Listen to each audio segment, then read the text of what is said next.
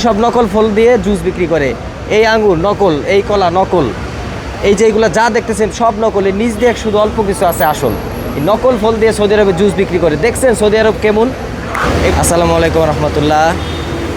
এটা সৌদি আরবের একটা জুস বার যেখানে ফল বিক্রি করে। আমি যদি ভারতীয় সাংবাদিক ময়ূক রঞ্জনের মতো বলি তাহলে একটু ভারতীয় সাংবাদিক ময়ূক রঞ্জনের মতো বলার চেষ্টা করি।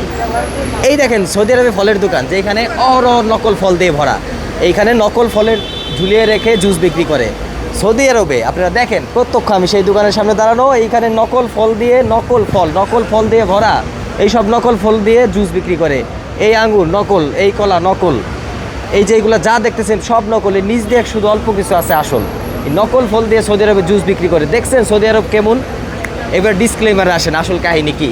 সাংবাদিক ময়ূক রঞ্জনের পাঠ শেষ। আসলে এটা একটা জুস বার।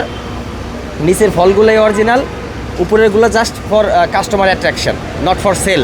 তারা এটা বিক্রির জন্য রাখে নাই, কাস্টমার অ্যাট্রাকশন করার জন্য, বোঝানোর জন্য যে এইগুলা এটা একটা জুস বার, ফল বিক্রি হয়, বিভিন্ন ধরনের ফলের জুস বিক্রি হয়, এটা বোঝানোর জন্য। নিচের এই যে কাছে আসেন, এই যে যেগুলো দেখাচ্ছি এইগুলো সব হলো আসল ফল। এইগুলা ওরা ভিতর থেকে ব্লেন্ড করে এই যে দেখেন কাস্টমারদের দিচ্ছে, কাস্টমারদের সার্ভ করে। তো মনে ধোকা খাওয়ার কিছু নাই। নকল ফল বিক্রি করে মানেই যে এরা নকলটা বিক্রি করতেছে তা না, নকলটা যা ডিসপ্লে করছে।